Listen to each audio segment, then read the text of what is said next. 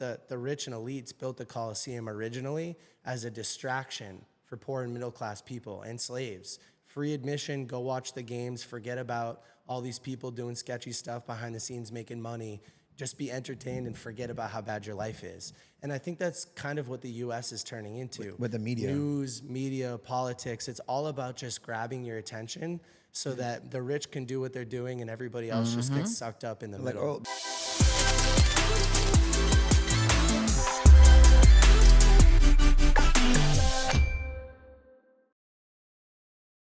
Hey, yo, what's up? Hola, ¿cómo estás? Guys, welcome back to another episode in No Filter in Paradise, a show about anything and everything between two friends. One is straight and the other. The gayest person you've ever seen in your life.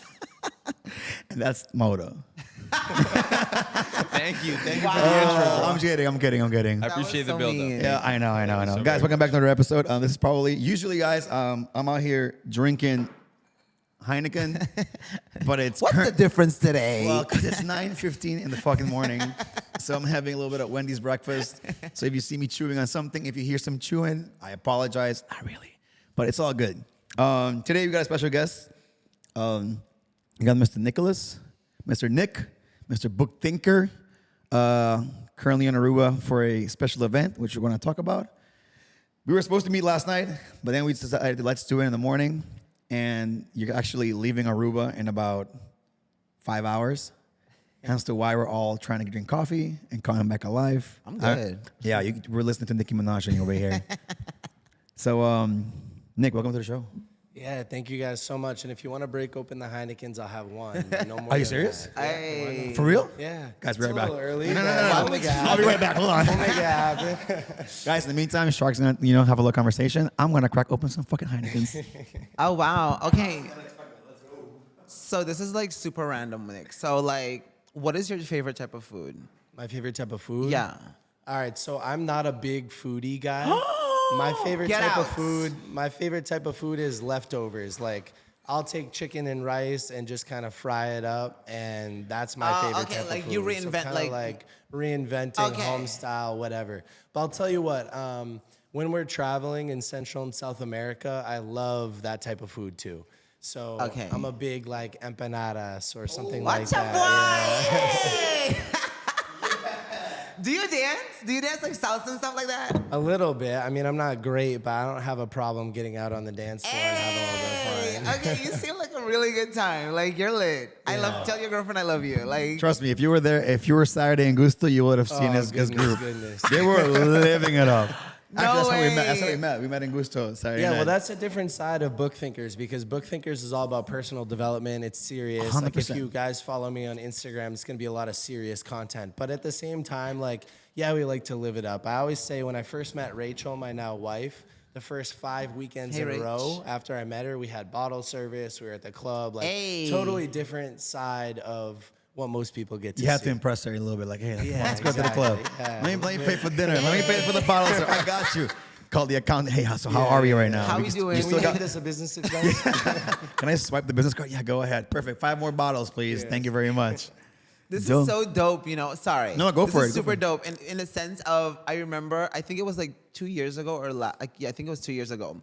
We actually did like we had an interview with Mauro, and we were actually talking about the same conversation of having like showing both layers, like both the serious side of like self-making, but then to also showcase like his personality to say like this guy's he's like ridiculously funny and he does stupid shit, you know. So I think it's super it's dope that now you're sitting here and like talking about the same thing. It's crazy. And I was going to give credit. The reason also why Nick is here is because Moto helped me set this up. So I told Moto, listen, Moto, I need this guy. Because we like having different, like I told you in the car on the way here, like we want to have people who are, because our episodes are usually like crazy stuff, talk about politics, sex, whatever.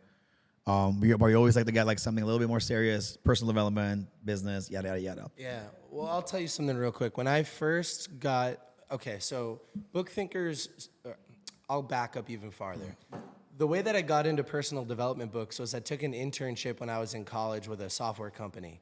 And my boss at that software company was a super cool guy. He was going out, he was partying, he was having fun, he would have drinks after work, it was whatever, right? But he was also consuming a ton of personal development information. podcasts, books. And so prior to that, I thought those were separate worlds. Like, you're either out there having fun, you're like a young, tough sales professional making money and partying, or you were the nerdy type, like into all the books and everything. And so I saw him kind of blend both of those worlds, and that was when I first stepped into it. So prior to that, I wasn't reading books or anything like that. In fact, I thought they were kind of nerdy, like I wasn't into it until I saw he could kind of do both and that it worked for him. So that's kind of how I stepped from one world into the other. And it wasn't that long ago. That was like less than 10 years ago. I thought you guys said like 5. So like, okay, if I can like just jump right into it, what was like the first book that you read? That was like, gonna be my first question. yeah, too. I was like, what was the book It only that makes like, sense. what was the book that changed your like? I read this and I'm like, yo, okay, I get it. Yeah, we were talking about it on the car ride over here. So Rich Dad, Poor Dad by Robert Kiyosaki was that book for me. That's the book for me. Everybody's book, I feel like. Yeah. Yeah, What and about- so I've read that book like 5 times now. What was your book that got you into personal development? Way of the Wolf, Jordan Belfort. Okay. The Wolf of Wall Street. Okay. It's a good book too. When I read this book, I was like, I need more, bro. I It saw was the- like my I saw first the tattoo. movie. I needed more. I saw the movie. I was like, I want to be like this guy. I posted like, I want to be like this guy. Oh, you want to scam people? I'm like, that's not what I meant. I meant I want to make money like this guy. Not that part. Just the scamming and the drugs and the hookers. Like, oh, let's leave that to the side. Just the money part. So, tell us a little bit about your journey. Like, how did books help you become who you are today? Oh, I mean, they've changed everything. So that's the reason that it stuck with me is I read Rich Dad, Poor Dad, and everything changed. I started to realize that billions of people have lived before us, and literally millions of them have written books about their experiences.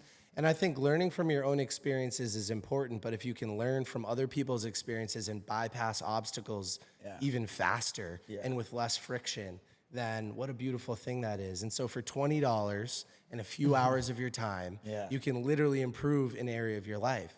And so I went from like back of the class, didn't want to talk about money, to leading those conversations in the matter of a few hours.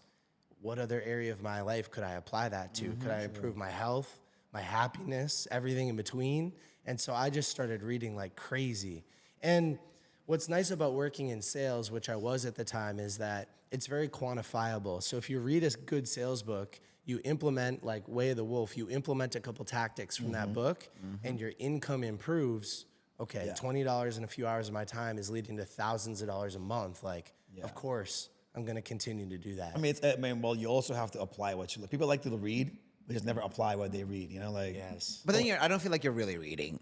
Well, no, that's what I mean. Like, if you're gonna read something, at least apply what you're reading to your daily life. You know, Yeah, or at least 100%. like, if you read something, like for example, you can learn from people in the past. Like, if you read something and in your life you go through something, and you're like, wait a second, this resonates to the book that I just read, so I kind of know how to navigate. You might still fuck it up, but at least you know how to kind of like 100%. You're gonna jump through fucking holes, and I'm like, all right, I got through it, like not on scratch, but I still made it through. So I think that's also a good factor of Yeah, 100%. I feel like that's when you like read to understand. Like when Yeah. you're like actually like understanding what the fuck you're reading, it really embodies to you. I feel like even while you're reading, you're just like, oh my God, yes, I do this too.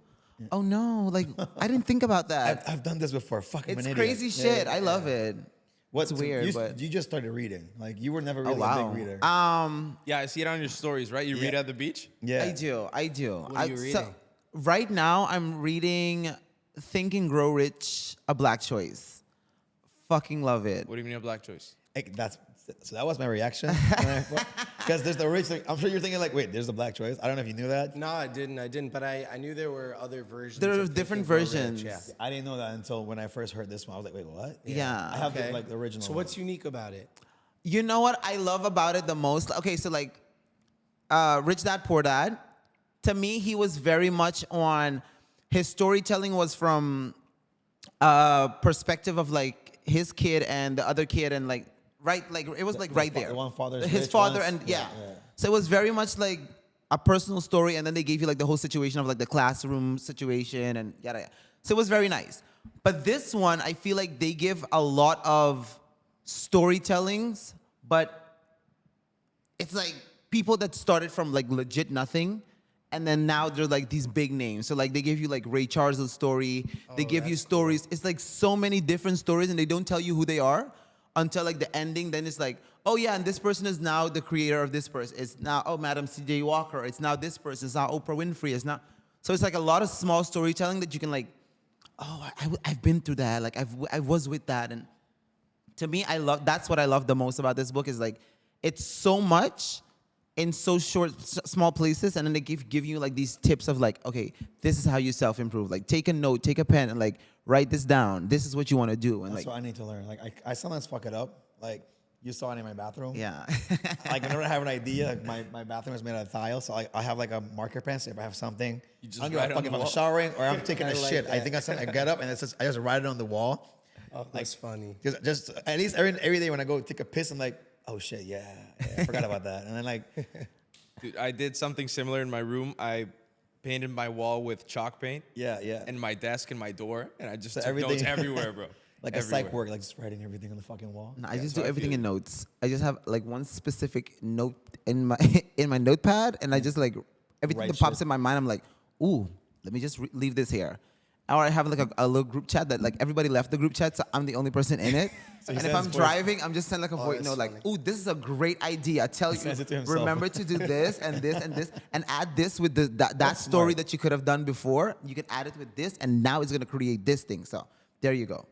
And then once I remember about it, I'm like, just go listen to it. I'm like, stupid ass. Let's go. Well, we can dive into notes in a minute because I'm actually putting out a book later this year on how nice. to read effectively and apply what you learn. Is this your first book? Yeah, it is. I guess that was one of my questions because you, which we're probably gonna dive in a little bit later because it was like you recommend so many books. I was wondering, Yeah, it's do you only- even have your own book? Like, if so, what would it be? But You know what's kind of funny about like a younger creator, meaning like still in my 20s, is that there's almost a little bit of imposter syndrome. Like, how successful do you have to be before you can write your own book? But I came across something recently that was like, you need to serve your younger self. You only need to be 1 or 2 degrees ahead of where that person was in order to provide help. Yeah. And so I'm going back to the 20, 21, 22-year-old version of myself, and I'm saying, hey, listen, I've read 500 of these books. I've implemented something from almost every single one of them, and that process has changed a lot over time. And so here's what you can do to bypass all of that process, like all of the things that didn't end up working out, all of the tests that weren't successful. it's like you were the guinea pig. So like, here's what worked, here's what didn't work. Right. And the most common question that I get in my book thinkers community is something along the lines of like, hey, Nick, I'm reading all these books, but they're not changing my life. Like, I'm not actually applying what I'm learning. I get excited about it, Yeah. but I don't know how to take action. Are there frameworks available for that? And so that's what I'm kind of jumping into. I now. think that's also super dope in the sense of there aren't too many like new fresh books that actually give tips on even social media. So something super simple on how to utilize social media for even like these book things like you all do, you know? It's something that can go in a book or in a note, like whatever you're gonna do. You know, So like I'm gonna go into well, it. But when it comes to applying things you read, if I could recommend one book, would be Atomic Habits. Yeah. Like if you could implement, I don't know if you read that one. I didn't read it. So sometimes I start reading books and I'm like, fuck, because I'm a super split. It I could take listen me to a a lot month. too. Yeah. It could take me a month to read a book or 2 or maybe fucking a year. So I just get like 10 pages in. I'm like, okay, I'm falling asleep. So every time I would read 1, 2, 3 chapters. I'm like, I like this book. So I'll just go on Audible. I'll buy it. And every time I'm at the gym, when I'm driving, anytime I get a chance, I'll just start listening to it. And that book is really, really good for like building strategies and like systems that helps you achieve the goals that you want to go, what you want to get to. If you have trouble taking action, read that book, because whatever you learn in that book, you can apply it to yourself to build a system to achieve your goal. If that makes sense. it makes total sense. Good. Because sometimes I just ramble. I'm like, what the fuck? And like, I'm talking, I'm thinking, am I making sense right now? But it's honestly a great fucking book. Like, actually, you're the one that recommended it to me. Yeah, I think it's funny how you think yourself that you're just rambling, but you just keep on rambling. It just keeps going. It just keeps on digging the hole. I'm But so you used to it. described it well, bro. That's it. Yeah. See? Yeah, that book has sold 10 million copies since it came out a few years ago, which is one every like 10 seconds since it came out. I mean, there's a reason that book gets recommended so much, because it's a good intro book on how to set up those systems. Yeah. So yeah. So how did you come up? So after like, at what point did you start Book Thinkers? Like how many years after you started doing personal development and reading did you start Book Not Thinkers? that far after, because I was pretty entrepreneurial. My buddy Alec, he was at the wedding. He was the one with the blue beads in his hair. He's a goofball. I saw Blue him. beads. Listen, I sound like tourist. Yeah. Like, it's always gonna be that one. I'm sorry, Alex. Yeah, But it's he's- always that one guy that's a little crouches, like little Yeah, maracas. he's a walking- One of the friends. Yeah. Oh, God. You know what's funny is one of my other friends, real quick, side tangent. One of my other friends took a picture of him, put up another picture of Bad Bunny, and then put a vote on the story that said Walmart Bad Bunny or Target Bad Bunny. Oh my God. Everybody was voting on it. It was pretty funny. All right, so Alec and I both ran house painting businesses when we were in college. So we had to go door to door, sell our own jobs. We had to hire our friends, get the jobs done. We were pretty entrepreneurial. And so we kind of went separate ways after that business, but we started reading these books at the same time. And the original Think and Grow Rich book was one of the first.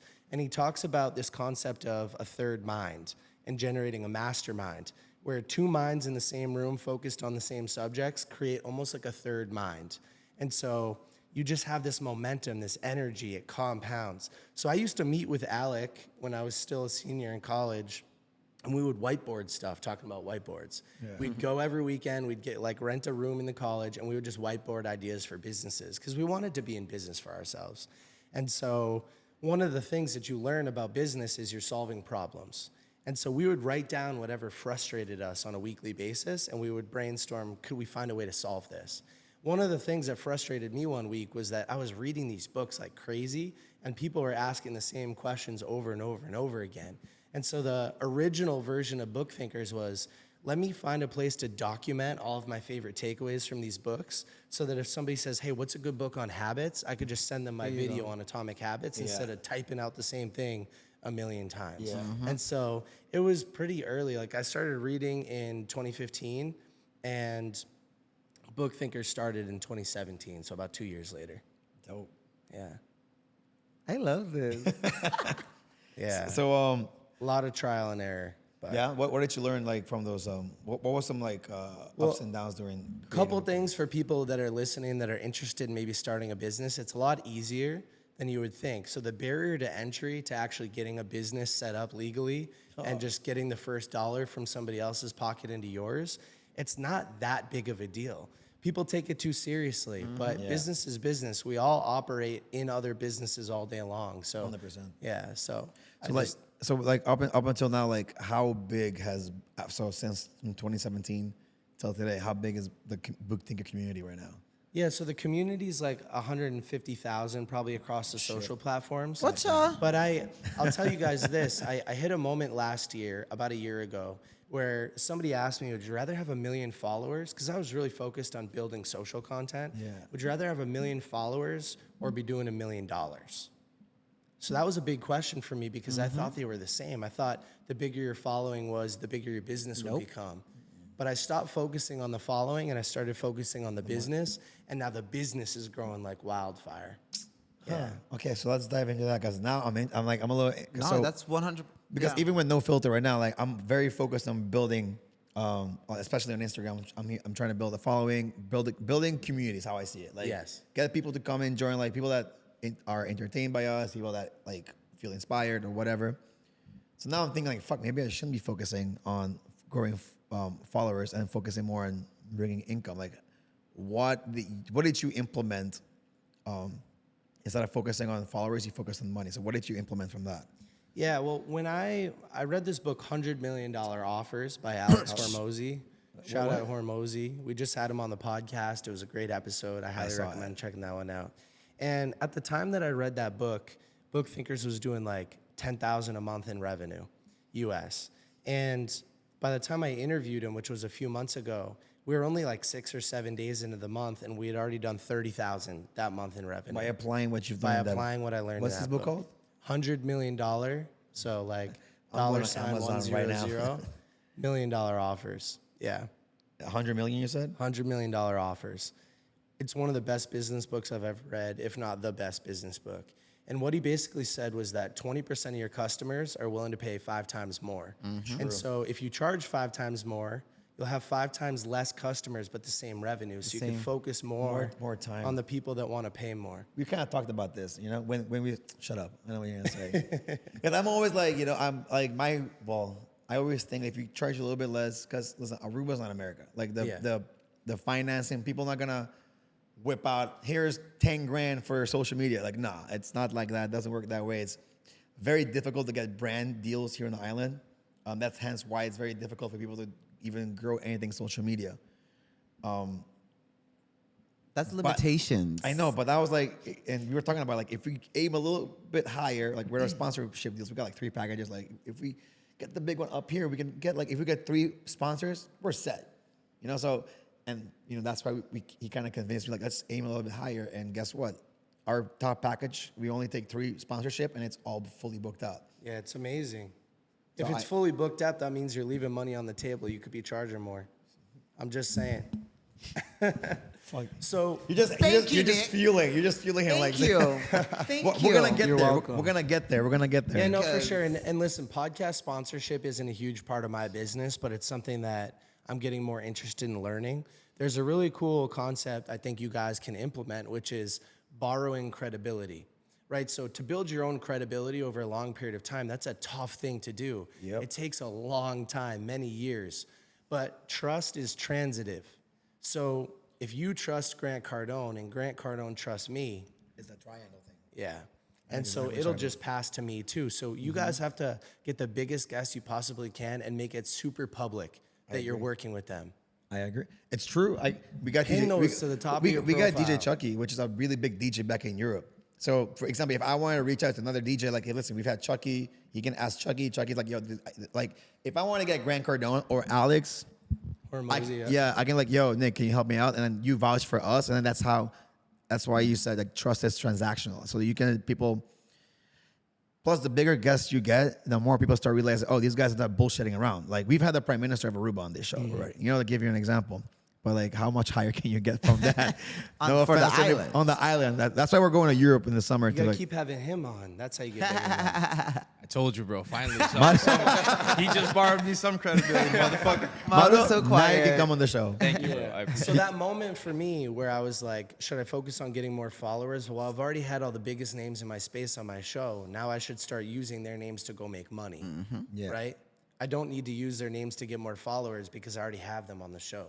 So I think sometimes it is important to have followers before you can get the bigger names. So focus on growing that, sorry, not followers, but community That's a the little book? bit. That's the book. I'm Yeah. buying it right now. Yeah. It's like 40 pages, 50 pages, or Yeah, less. it's 3 hours. Like, no, it's Audible. So it's 3 hours. I didn't listen to the Audible, but the physical book, but I'm sure the Audible's good Yeah, too. I don't know. I don't think I'm into like. I've never tried it, but I don't think I'm like into like the audiobooks. I I tried have it. to I can't. physically have the You book in my can't? hand. The thing is, I start Swipe the page. go like this. My mind wanders more when I'm listening than when I'm reading, dude. Right? I will think about like, oh, let me go get something to eat. Or let me just think about this. Like, I don't think I can like. I get so laser focused. Like I'll be driving. Like if I'm driving my home to the gym, I'll be like, oh fuck, I'm already at the gym. Like I'm so zoned out. But I'm still looking like so I don't crash my fucking car. But I'm still like I'm just driving like this. Nothing's like I'm super like a tunnel vision. Nah, I can't. So there's a good analogy about reading a physical book that's about driving. So Jim Quick has this in his book Limitless. He says, when you're driving really slow and you have no music on, your mind can wander and you can look at the houses and the mailboxes and the kids playing in the street or whatever, right? But if you were speeding and you were going really fast, you got to be laser focused, right? Yeah. You're not looking at houses or whatever. Same thing with reading. If you're reading really slow, your mind can wander because you're not using its full capacity. But if you start reading a little bit faster on physical books, start reading a little bit faster, test yourself. Your mind can't wander because it's fully being used to read the book. And reading is also a skill. Like you didn't know how to read when you came out of the womb, right? You develop that skill, you can develop it a little bit further. One of the tricks to developing it faster is by reading faster. I want to clip this part. So the hard. slower you read, the higher the chance of that you can get distracted. Yes. Yeah. 100%. I didn't know that. I just learned this right now. 100%. You got any question, Mara? Or you just chilling? No, I'm enjoying it. I'm Mara's enjoying like, it. No. me This time I really, in psychology class back in college, they told us something similar, like about a difficult task and easy task. And it's when say you had like a really bad night's sleep, even though you're running on 2 hours of sleep, if you're doing a hard task, you're not gonna feel as tired because your brain just has to dedicate that much focus. it's But on when it. you're doing something easy like driving or something, is when you have a higher chance of falling asleep, right? Nah. I think it's. I sort agree. of the I same totally agree. Look at Samuel just watching like, what? I'm like, I'm learning, bro. I was downloading the book. So I was like, I zoned out for 3 seconds. Everybody looked at me like, oh, He's like, fuck, what did I sold. miss? No, all good. And No. right, those are some of the things that I want to teach people who are just getting into reading, because if I didn't read Rich Dad Poor Dad, which was a short, simple, easy to read, big font, spaced out, Yeah. lots of aha moments, like I probably wouldn't be sitting here today because I wouldn't have gotten into books. Like it was hit or miss. I was not a reader. 100%. And if that first book wasn't right, I would have walked away, right? Same for So me. a lot of people pick up the wrong book and they don't have the right strategies. And so they go, okay, this isn't for me. Hola, Chemistes, baby. So listen up. This is your chance to win with Wendy's, okay? So all you got to do is purchase their chimichurri cheeseburger, all right, with a Coca-Cola Zero. Make sure you write your name, address, and phone number, all right? And you have to deposit it in one of the ballots that they have in any one of the Wendy's restaurants. Make sure you have to be a member, okay? If you're not a member of the loyalty program, you are not participating in this at all, okay? And the winners will be announced on the 15th of July. So make sure you sign up. Ow.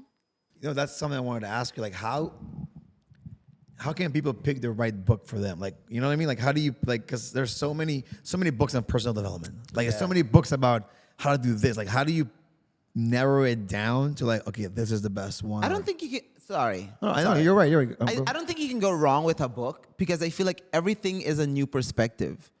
I you can- but you can also- I think you definitely can though. I think I can read a book and like, I just what do wasted you, fucking But what do you money. lose? I mean, you still get knowledge. But I There's mean, still stuff in just that as book an to example, learn. the first time I picked up Think and Grow Rich, I couldn't finish it, just because the first chapters, like the first chapter on desire, was phenomenal for me. It was super entertaining, but then it just started getting like more difficult to read. So I quit. I think like Yeah, at chapter same. 7 or 8. I read a bunch of books, and then when I came back, I could finish it. But if that was my first read, I'd say reading's not for me. You know? But then that's because you're not mentally like in that spot, in that mind space. Exactly. So, but people that aren't mentally there, they should take baby steps. So I've got two rules to get in that mind space if this is your first time reading a book and you're listening today. So number one is read a book about somebody that you admire, a biography or an autobiography. So if you're really into Steve Jobs and you want to become a tech wizard, read Steve Jobs by Walter Isaacson, and it will play like a movie. You'll be entertained. It won't seem like a nonfiction personal development book. It'll seem like something that's interesting to you because you really admire that person. The second thing is read about a book that can solve the biggest problem in your life, because now you're reading from a place of desperation and everything's going to line up and make sense.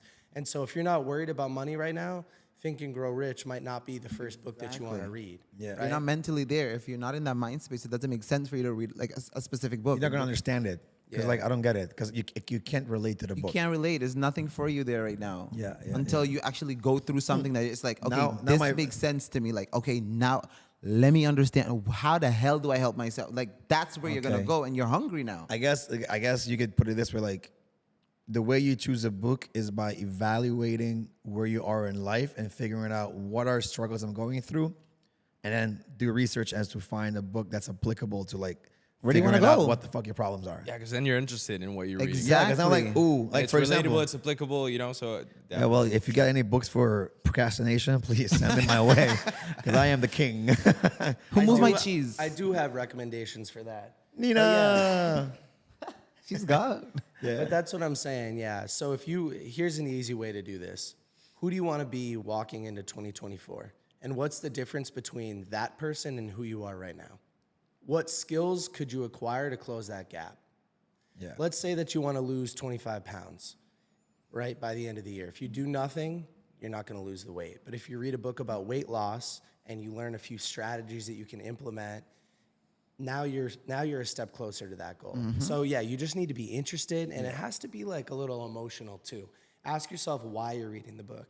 So whenever I'm setting a goal, there's a lot of different goal setting strategies that you can use, but then write because after it. So like, I want to lose 25 pounds this year. Okay, that's a good goal. Because, now layer some emotion in there, because I'm going to my brother's wedding next year and I want to look amazing. And if you remind yourself of that every single day, now you're more likely to go after It becomes that an goal. emotional attachment than Yeah. just like just a goal. Right. Makes sense. Now, how do you pick books for like your book thinker club? Like, what criteria? I feel like I think I use that word. Like, how do you select which book are you gonna showcase next? Like, Yeah, a lot of them are paid promotions, admittedly, so that helps a lot. Damn. Speak facts. You are no filter boy. You better keep it $1,000 a real. post, yeah. Yeah. Let's Oh, go. really? Yeah. So Bro. a lot of them are paid promotions, and so that's great. Minimum 3 posts at a time. Okay. Which is good too. Do your big. Listen, Say listen. it again so he can hear it, please. Well, listen, we don't have 135,000 followers on fucking Instagram yet. Not yet. doesn't not care yet. about that either. That's what I said. That's what I finished. Yet. Yeah. We're gonna get there, and we're gonna be charging $1,000 a post. How many Yes. posts do you do daily? We do 1 post a day, except when I was in this trip. We always have a backlog too. That's how I know it's priced the right way. Okay. So never too big of a backlog, never too small of a backlog, but always posts that I'm working against. So here's the thing for me. If a book can be read and it can improve somebody's life and it can be implemented, create real behavior change, that's my filter. Yeah. And so the books aren't always for my life, but I'll post about something that I'm not particularly interested in because I moved past it, but then people DM me and go, hey man, that book changed my life 3 months after I posted it. Or they'll message the author. So it's That's just, dope. I focus on books that can be implemented, that can create positive change. Huh. So you wanted to ask something? I I was. already saw your face. Like you want to ask something. Go ahead. So like, just so like the other people that probably don't know what Book Thinkers is, can you just like give like a quick elaboration on what it is? I was checking it out last night, but like, What's up, guys? Real quick, a little commercial, just so you know. Make sure you go try Aruba's newest beer, the most refreshing beer on the island, the Heineken Silver. Now, here at No Filter, we're gonna give away this 6-pack. All you need to do is leave a comment down below, and we will pick a winner next week, guys. So, leave a comment, and if you want to go buy one, go to your nearest media market and get one for yourself. It's extra refreshing. So, back to the show. Yeah, of course. So there's really 3 services the Book Thinkers offers as a business to authors. this is so funny because this is legit a video I saw you say. It was like 3. There's 3 services. Number 1 is short form video. So we'll help an author turn their book into short form video content. And our clients always have some sort of higher ticket complementary product or service. So oftentimes a book is actually a lead mechanism for an author to sell something else behind the scenes. They might offer speaking or courses or coaching or consulting, or it's part of their bigger business. And so we'll take a book and we'll turn it into 50 or 100 pieces of short form video content with the author in person, filming them. We'll come with the hooks, we'll come with the prompts, we'll come with the calls to action, and we'll edit the videos for them. So I got that service out of Alex Hormozi's book, $100 Million Offers, because I was brainstorming ways to 10x my average deal size. So that's where most of our revenue comes from. We also do some podcast booking, so we'll set up authors on podcasts to talk about their book. And then we do book reviews. Like, I've got the community of 100,000. You follow me for book recommendations, and so you can pay me to get your book to the front of that line, essentially. And we'll create content about your book, post it for our community, sell some books that way too. Makes total sense. Yeah. Damn. There's A plug. I like the part of Of course you do. Of course, this is my favorite because I kind of asked you in the car, like, because I kind of want to.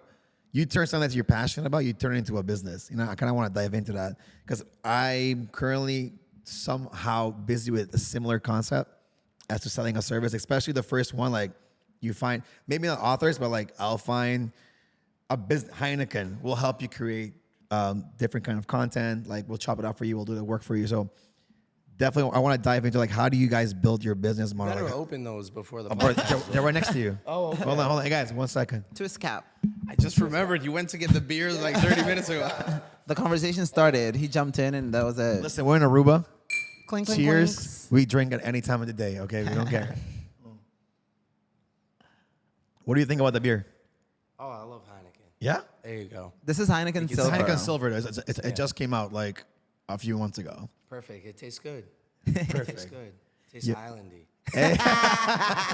Refreshing, baby. Extra refreshing. No, it's actually I was never really a big beer drinker. Like, I'm very limited. Like, I will drink 1 beer and I'll be done. But I can literally go through a 6-pack with these if it's super ice cold. It's been sitting there for a while. So it's not as cold as I wanted to be. Still cold. Yeah. Okay, so I have a question for you because I feel like we're talking a lot. I feel like this is like kind of a promo for Rich Dad Poor Dad. But anyways, Robert, give us a call. What- We'll send you an invoice. what was like your biggest takeaway from that book for you? Oh, there's so many. I could just There rattle are. off all the quotes that are sitting in my head. I've got a library. But there has to of be them. like one that like it just immediately just hit you where you're like, Yeah, I think that poor people work for money and rich people, they have money work for them.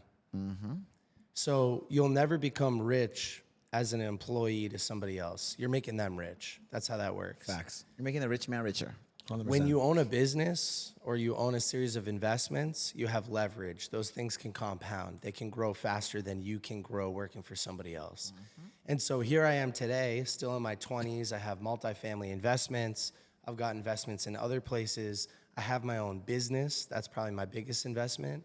And it can grow exponentially. So if I was still at that software company that I was working at You before, would not be where you are today. there's a max that you can earn, even as an uncapped like commission sales rep.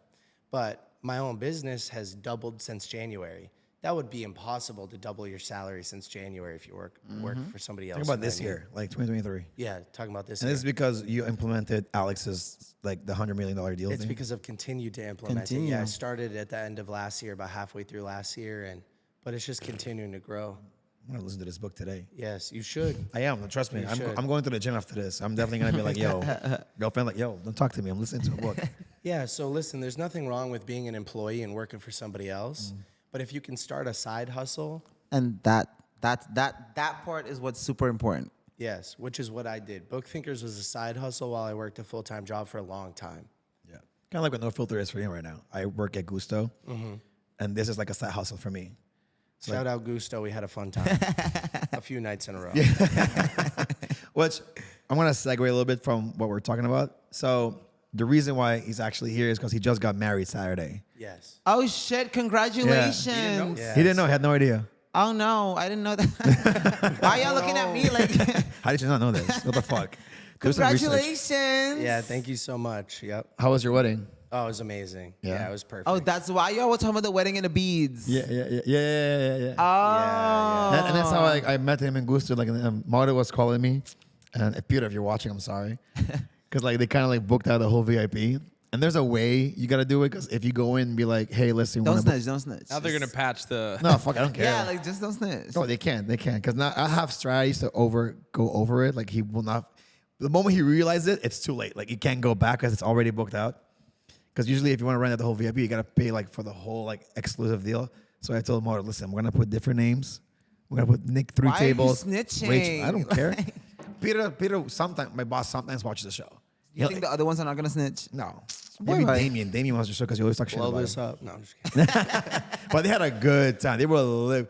I don't know who it was, but I was downstairs. I was looking up, and the next thing I know, a drop of champagne falls in my fucking eye.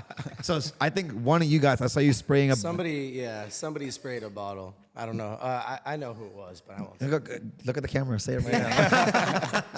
Yeah, so yeah, we had a fun time. Listen, so when I originally met my now wife Rachel, I had a trip planned with the boys at Columbia. So I went for a little while, and then she said, "Hey, like let's meet somewhere on the way back." I said, "Okay, cool." She picked Aruba. And No so way. we met in Aruba She on a the way baddie. back before I went home. This was a few years ago. And we've been back a couple times since then. We love Aruba. It's amazing. And so when we finally decided to get married and it was like, where's the wedding going to be? We love traveling. We've been to 15 countries with each other over the last couple of years. And we said Aruba. We said Aruba because on my mom's side, her parents had a timeshare here for 25 years. Nice. Wow. On my dad's side, he had been here a few times. Her family had been here a few times. So it was kind of like a safe destination. Correct. Everybody Yeah. knows it. Everybody's likes it. already been here. Yeah, so we got married on the beach the other day at the Hyatt. It was amazing. And then we went to Gusto for the after party. But it's really been a party for like a week now. That sounds like an Aruba trip. Yeah, Yes. 100%. It's like, I guess this goes back to before we started recording. We talking about like, like you got a personality on social media and in real life. When I saw his videos online and I meet him in real person, I'm like, yeah. oh, this guy is a party. When you see him on social media, like, this guy doesn't party. You Meet do him in have like a person, very military bottle stance. service. I'm like, wow, okay, this guy is like a little bit different from what I see on social, which is great though. Like, you're a super fucking chill guy. Yeah, thank you. No, man, I had a great time. Yeah, thank you. You got to have fun. You know what? My purpose in life is enjoying the passage of time. That's it. Yeah. It's simple. And- I do what makes me happy. I got that from the stupidest little book I got to read was The Gift and Who Moved My Cheese. And then Out of the Maze.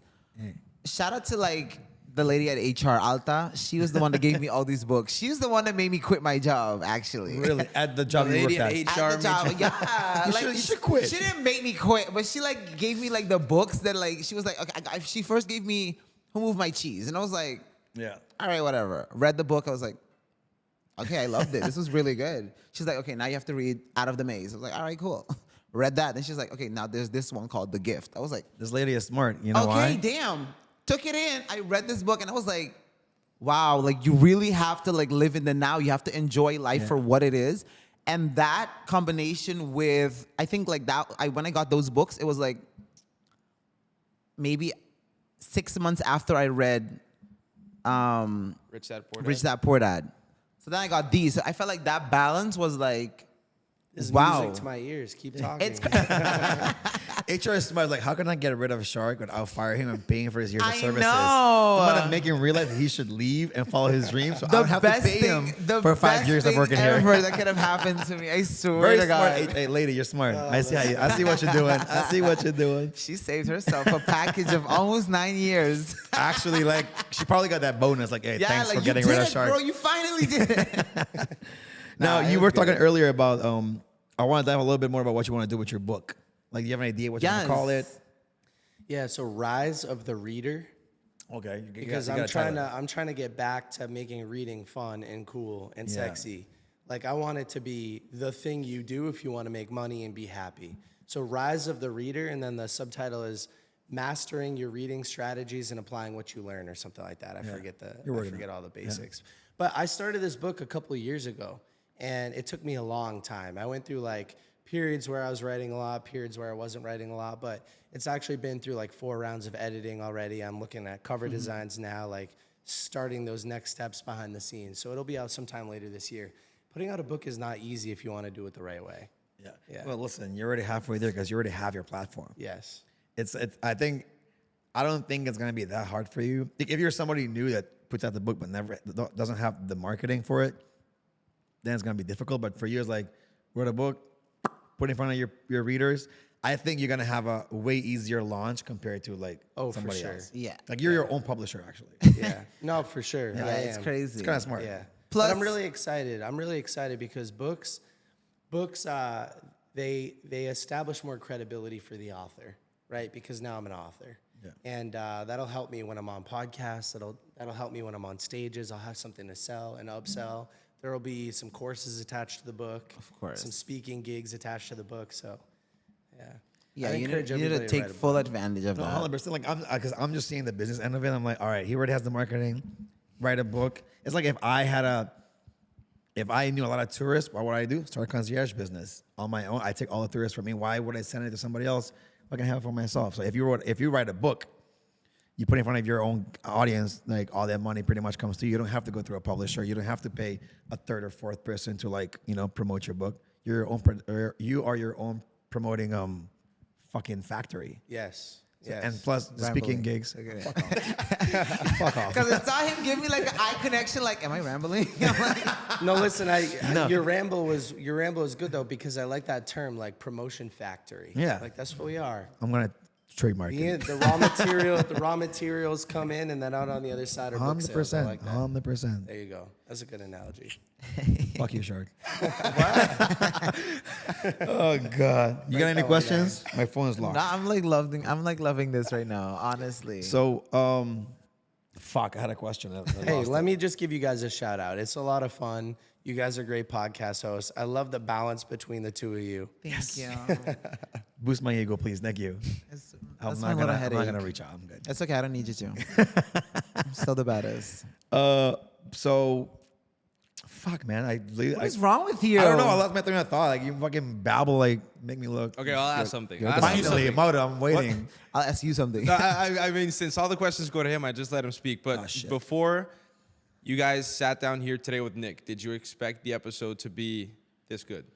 I didn't know what to expect because I'm pretty sure Shark had no idea what to expect. No, I was expecting Because boring. I know if you was- did your homework and you just saw him on Instagram, he just looks way more polished and Exactly. Yeah, I was expecting Which way is more boring. what I I was think. not expecting your Way- personality at all. So the fact that you're this live and then like Nicki Minaj already fucked me up like on the way, like it's incredible. And the fact that you're talking about books like so freely and you sound like if I didn't see you, you sound like you're way older than 29. Yeah. So knowledge really is key, and like it's like y'all prove this, and like shout out to y'all, you and like Mauro and like everybody else does stuff like this. To be fair, it's when I read I think, okay, let's say after the first 4 books that I read, on Instagram, I just typed in book, in the search bar to see what pages I can find. Yeah. And then I found yours and one other, but then I just started like absorbing everything that was on the page. I was like, okay, this is a gold mine for book tips. Instead of just like risking my time buying a book, maybe it's not a good book, I'll just see which of his posts, like out of his the script that he says in the 1 minute, which one like speaks to me more. Yeah. And it's based on your page that catalyzed the process of me reading, that then later pushed me to create the podcast, because I started reading. I started reading in October, and it was like, I think March of the next year, I came up with the idea, let's do a podcast. We launched about the same time too here in Aruba. What did you tell me when we launched first? You were like, fuck. Yeah. So I had it planned. Let's say I was like, okay, June 4th, I'm going to launch this. But it was planned like a month prior. Then June 2nd, they launched first podcast in Aruba. I'm like, this is like bullshit, bro. Like, this is bullshit. And then you're like, oh, there was elite. They're like, I have no fucking chance whatsoever. Hey, it's good that you guys are building each other up, though. 100%. You know, Yeah, yeah. competition just helps you sharpen the saw a little bit. Yeah, it pushes. I mean, you to be better. I wouldn't say it's really competition because No. we're different We don't see it genres. that way, yeah. Yeah. But we do like supporting. Like, I'm not even kidding. Like, one of these cameras, the lenses is his, and if we need like a lens or a camera, just come pick it up. Yeah, we just Yeah. go back So- and forth every single week. with Yeah, so like equipment. I'll have maybe more guests. I need more microphones. Like, I only have 3, so he brings his. So we kind of like help each other out with our studio stuff, so we all And grow. so let me just say it in this way. In this case, it's more of like a brotherhood and a Yeah. sister. Yeah. But in like other cases, I get what you're saying, because it's like it's not we don't watch them as competition, but we do understand that, hey, no, we gotta like book this person, or like we have to make sure this thing gets posted on our platform and not theirs. And so like I get what you're saying with like it's a kind of like a friendly competition. no, like for It is. sure. we see you, you see us, but like yeah. just keep looking at us. Don't you take know? my sponsors. Go find your own. Yeah. Come, you step in my field, you're on the chopping block. Bah! There's a machete back there. Don't worry about it. No, I'm just kidding. You know, when I started Book Thinkers, back whenever I started really on Instagram in like 2018, and there were no other Bookstagram accounts. There were no nonfiction personal development type accounts with more than a couple thousand followers, right? So it was totally blue ocean. Like there was nothing else there. But a million pages have popped up since then. And it forced me to differentiate. It forced me to go in a little bit of a different direction. It forced me to think outside the box, because I'm like, okay, now I've got all these other pages that are charging less than me with the same number of followers. Like, I've got to switch things up a little bit. And thank God that happened, because now the business is 10 times bigger with less effort than it was back then. So that's actually one of the questions I want to ask you is like, how did you what's different about you than other pages, and what did you do to grow it from a couple of thousand to over 100,000 that you have today? Yeah, good question. So the first question, how to be different, how to differentiate. Like you guys said, I'm not the average book reading kind of like nerdy business guy, right? I mean, I've got the tattoos. I don't mind like dancing at the club and getting bottle service. Like just a little bit of a different look and a little bit of a 100%. different flavor. And by the way, we talked about communication earlier. When I was younger, I had severe social anxiety. I had a very tough time with public speaking. And my language was layered with a lot of verbal pauses. But I had a tough time. I used to just black out in front of other people and just sit there silently. And so I worked to improve that over time. I think the differentiation is me. It's my ability to communicate. It's that I have a different look. I've met a lot of people who have said the same thing. You do not look like a book nerd, but I am a book nerd, just like he is, right? In the best way possible. I'll jump in a second. The reason, this is so funny, by the way, the reason I started getting these tattoos was because of him. Seriously. You're even wearing the same black shirts. No, huh? but it's a weird story. So before these tattoos, the only one I had was this one on my bicep. Yeah, flex And a little then- bit, yeah. Yeah, he just wanted Little, to. I didn't little flex, I flex, didn't slow. flex, What's up, not yet. ladies? Just kidding. But the reason I started getting like realism tattoos, which I love now, and I want to finish the sleeve, is because at first I had this stigma of you know, tattoos in the workplace, they're not that good, et cetera, et Yeah, cetera. yeah. But then after following Nick's page for so long, I was like, if this guy can get authors, he reads books, he sounds so professional, and he has a whole sleeve, then I might go crazy, you know? Fuck it. So I started filling the sleeve bit by bit, but it's because of like that mind switch that I got from watching him that I was like, yeah, I can get a sleeve too. There you go. The reason I didn't get it was because I thought it was gonna, you know, inhibit me from maybe growing up the corporate ladder, just Yeah, making because business like contacts it's and that everything, stigma of like you gotta cover your tattoos. It's not But it professional. used to though. Yeah, I And used to, be, certain but not places anymore. still. Not anymore. Certain So I places saw him, still. I Yeah, said but- he's doing well, so yeah, fuck it, I can do So it. basically, you started your podcast because of Nick. You pretty much inspired. Not- you got tattoos because you got Nick. No, not the podcast, the sleeve definitely. Nick inspired you to start a podcast at least. From what Yeah, you just, sure, for what sure. You just said and earlier, different things too. I'll take Definitely. half of 1% of that. Definitely. Take the Like, credit, Nick. Take the credit. So let's go back. So you were saying that. So you didn't you don't want it to portray, you know, although you are a book nerd, but you don't look like a book nerd. Yeah. Yeah, and I think that was a differentiating point. I think because I was showing things like tattoos, I became a little bit more relatable Yeah. than unrelatable. Sometimes people say that my communication on socials is a little bit too polished, and that's not so relatable. But for those that can hear the story, it's a product of a lot of work. Like I did door-to-door sales for my house painting business for years, improving my communication. I took public speaking classes. I went to Toastmasters, which was a public speaking Same. meetup every other week. I did all sorts of things to improve my communication. And this is the result, and it allows me to do business with people who have billion-dollar net worths because they can hear that I can communicate.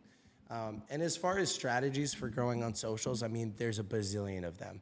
I probably talked about this on your show a little bit, I think. But the $80 strategy Yeah. with Gary Vee, yeah. which is to go out there into the world of Instagram or TikTok or whatever platform you prefer and engage with other people's content like a maniac. It's like, what does it spend 80% of your time or 20% of your time? I think I know. So there's a phrase like your 2 cents, which Yeah. is like a genuine piece of commentary. yeah. And so you go out there on 90 posts a day and you leave your 2 cents, trending posts. While you're in that comment section, like all the other comments, but leave a couple like sentences because Instagram and TikTok will push that to the top of the comment section. Those posts are trending, other people are gonna see it. You're engaging with your target followers because you're filtering for content that is just like yours. Yeah. And I did that every single day to go from 0 to 5,000, 5 to 25, 25 to 50, et cetera. And eventually the momentum just builds on itself. So that was probably the biggest strategy. And then borrowing credibility from other people in your space. Like, who are the most popular people in Aruba? Yeah. Get them all on your show, even if they don't fit the niche, because they'll start to repost that content.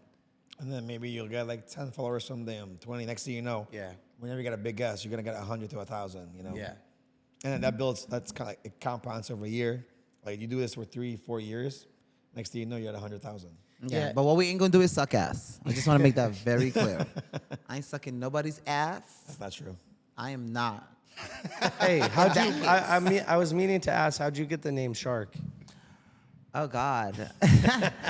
You know what? It's a very stupid, ridiculous story. It makes absolutely no sense. But I just needed a nickname, and I wasn't getting one. And I just started like thinking a bunch of different names, and eventually I just came up with Shark. And then I tried to put it on Facebook. This is like a short story. Tried to put it on Facebook. Facebook would not allow me because they were like, no, it's not a real name. So then I added another K, and then they allowed it. So that's how it became Shark. I just thought it was like, you know, chasing men, you know? Nah, I don't chase these niggas. Fuck these niggas. Shit. Oh, God. Shit. Mo, do you got any questions you want to add? I have a question. It's not book related though. It's like more personal. Go for it. I'm the personal girl. I love the tea. Hit me. So like now that you're married, right? Yeah. What's next? Do you feel like is kids on your roster? Rachel's like, you I better want to what? know. Like I'm like interested now. Like You know what's funny? The answer is yes, but let me add some context. She sort of bait and switched me about this because she wanted to get married so bad. She wanted to get engaged so bad for so long. She's asking me every day, hey, I want to start a family, I want to have kids. Then finally I popped the question last year, now we're married. And she's like, let's wait a little longer to continue traveling. I'm still So gonna bother you for the She kids. just wanted the ring on the finger. that's it. It's official. But yeah, listen, I grew up in the picture perfect household. I have the best parents in the world. I have 3 brothers. It was like the white picket fence thing that you read about. It was perfect. right? And so I do want to recreate that. I want my own family. I want a lot of kids. I want to coach sports. Like I want to raise daughters. I want everything. And so for sure, but we're probably going to wait a little bit longer. We've got a bunch of traveling to do in the next few months as like a little bit of a honeymoon. And after that, maybe we'll see. You sound so happy about this, but I don't want to make like a very bad turn with this. But like, I have to. I just have to ask.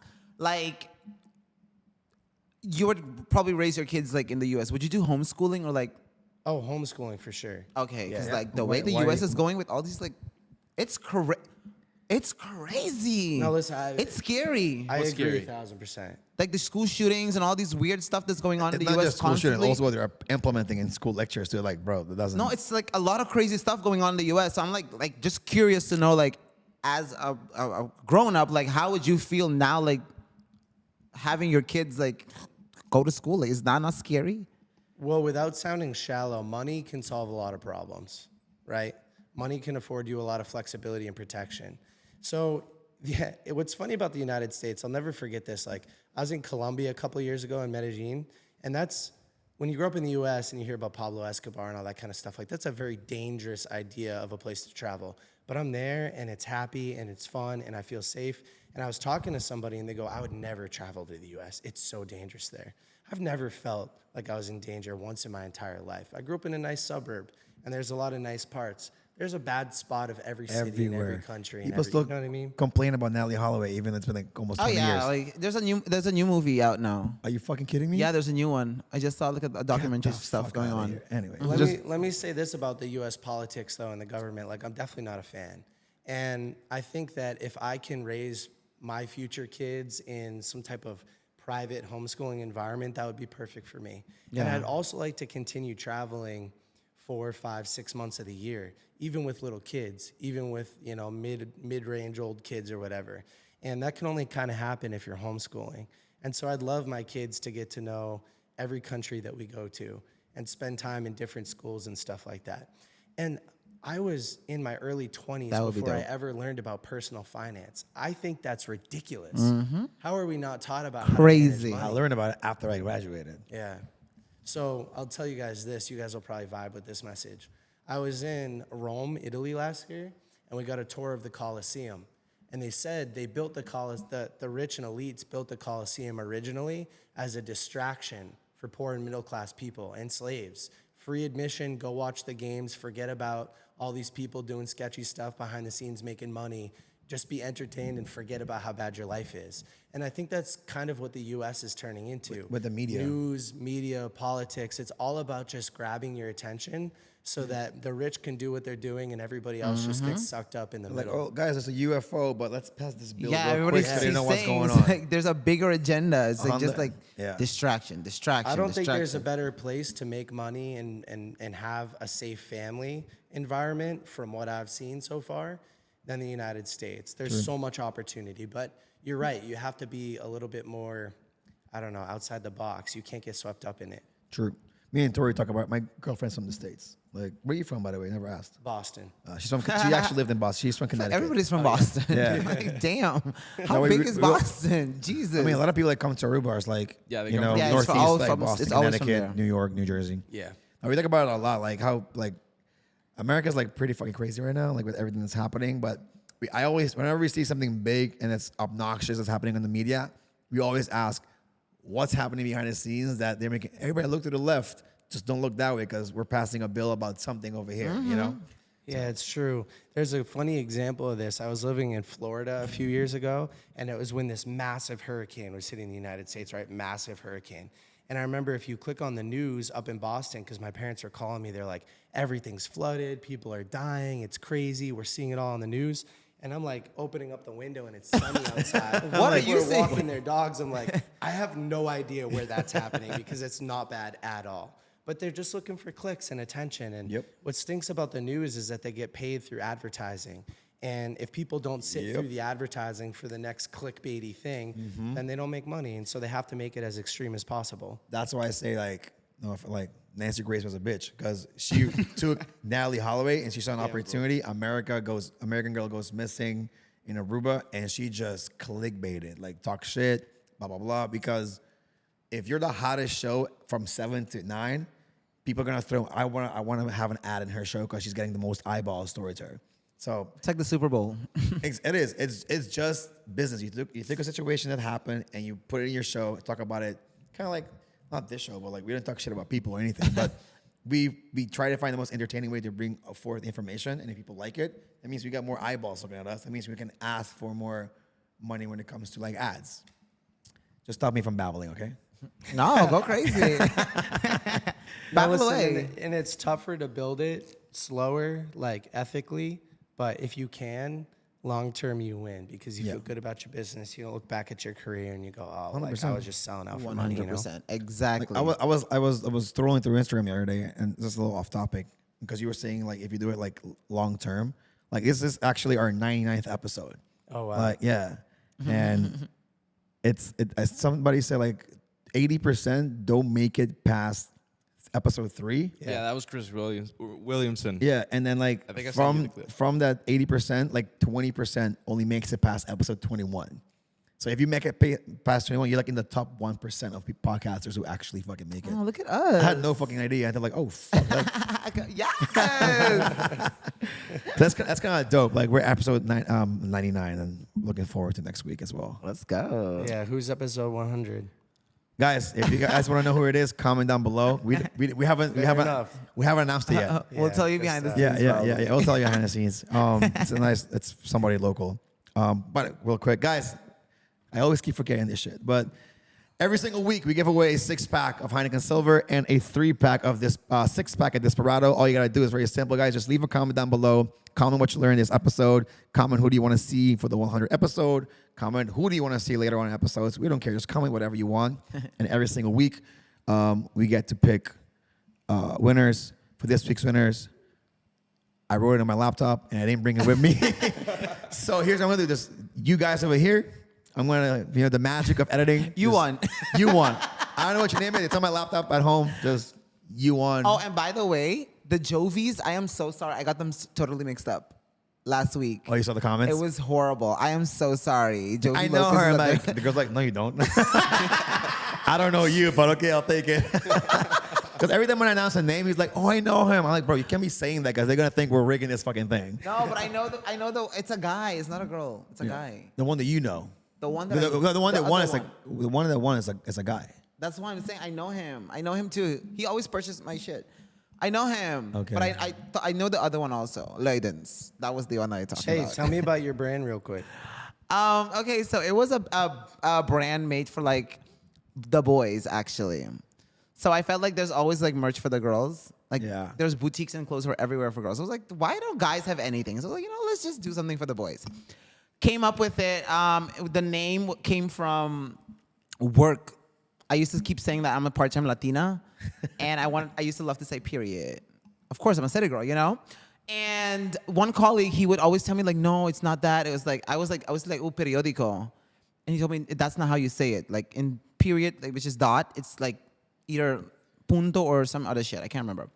So eventually, we just came up with periódico. I said it on the show one time, and it just stuck, and eventually became the name of my brand. And then, like you said, the same thing that I did, I realized that everybody was doing shirts at one point. So I was like, now we got to switch this shit up because Yeah. if everybody's doing shirts, we can't just stay basic. So I just started doing like hats and socks. And now I have like a 420 line. And we're just keep on growing. Hey, We got some more shit in the process. I represent.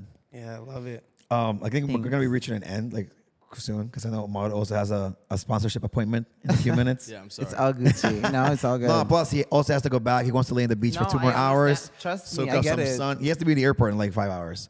Yes. So you a got sad day. What's yeah, that? it's all good. It's, We'll it's see you tough again. when you got to leave Aruba. I'm just I know. saying. I know. all good. Yeah, I mean, you'll be back for sure. Yeah. Oh, yeah. Sometime later this Probably year. like 20 more times. Yeah.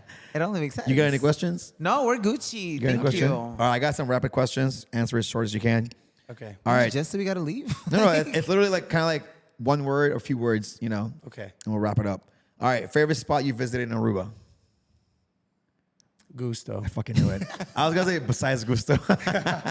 You guys, no, honestly, you guys really lived it up. You have nice teeth, by the way. Just wanna say that. Favorite restaurant you've ate here at Aruba? Take your time. I'll put the Jeopardy song in the background. Probably Asia. Let's go. That's my favorite. Yeah. All right. Oh, and you already answered this one. Would you visit again? Yes. Hell yeah. What is the favorite place you've traveled to besides Aruba? Greece. Where are you going for your honeymoon? 6 countries, all in Europe.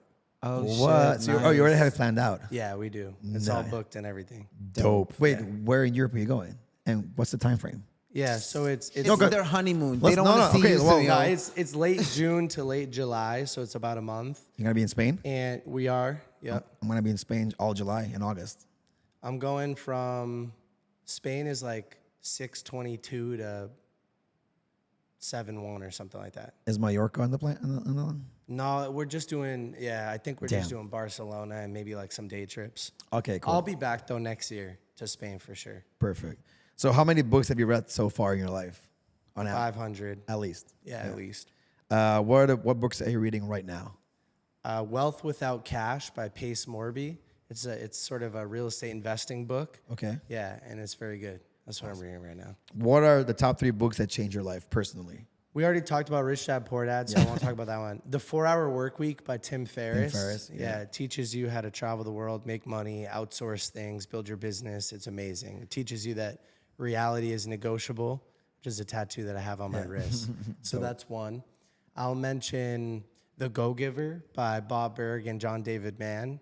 It teaches you the reciprocal relationship between giving and receiving and a bunch of other stuff. It's a really good sort of fable type book. And then The Compound Effect by Darren Hardy. It's kind of like the OG. You have it? Yeah, I still have it. It's Okay. like the OG version of Atomic Habits, but Yeah. it's a little bit different. I actually have that. I have it signed. Actually, that Yeah. book. I met him in Vegas. I It's on my I place hope you still. don't fucking lose No, it. I've had the book for 2 years on my shelf. Just don't lose it because it's a signed book. And what are 3 books that you think everybody should read besides the 3 you just mentioned? Okay, and I already mentioned $100 million offers, so I'll leave that one out. That's going to be my next one right now. Yeah.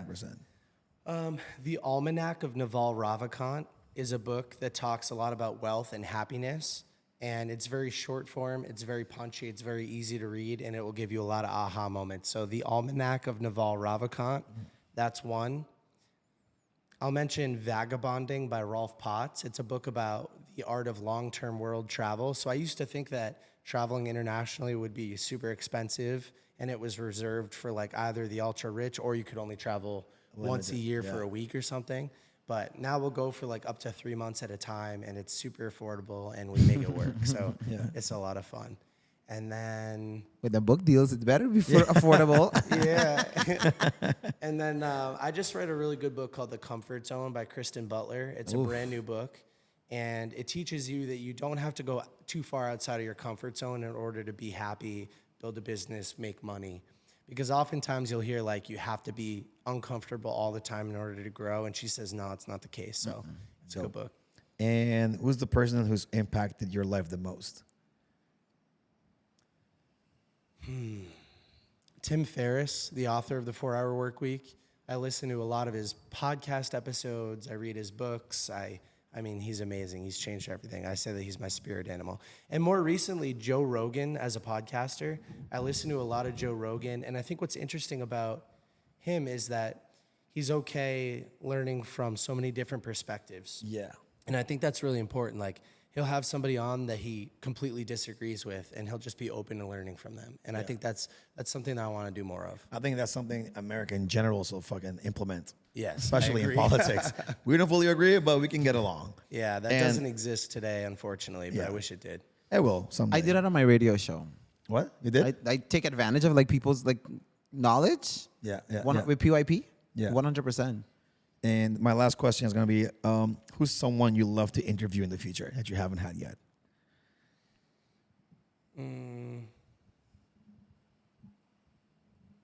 Well, I'll give some different names because some of the people that I've already mentioned I would love to interview. But I think right now, I wish Andrew Huberman, he's a Stanford MD, he's got a podcast called The Huberman Lab. I wish he would write a book so that I could interview him because we only interview authors on our show. Yeah. But Andrew Huberman is one of my favorite podcasters. It's all about optimizing health and fitness and those subjects, which I'm super into those. We didn't talk about them today, but I love everything related to those subjects. So I would love for him to write a book so that I could interview him. Dope.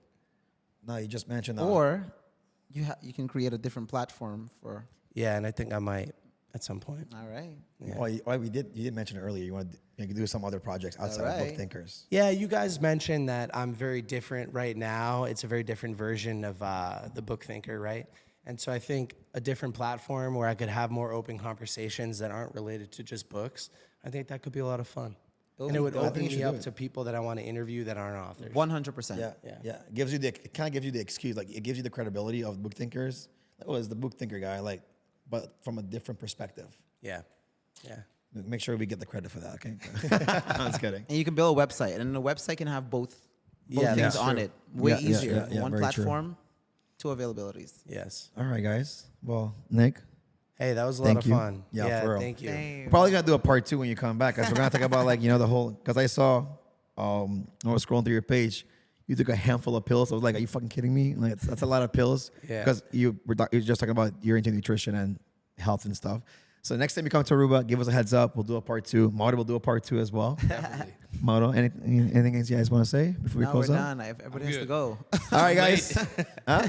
I'm good. Good, because you're going to be late for your meeting. All right, guys, thanks for watching this episode. Make sure to leave a comment down below, subscribe, like, do all that stuff. And we'll see y'all next week. Peace. Ow. Awesome.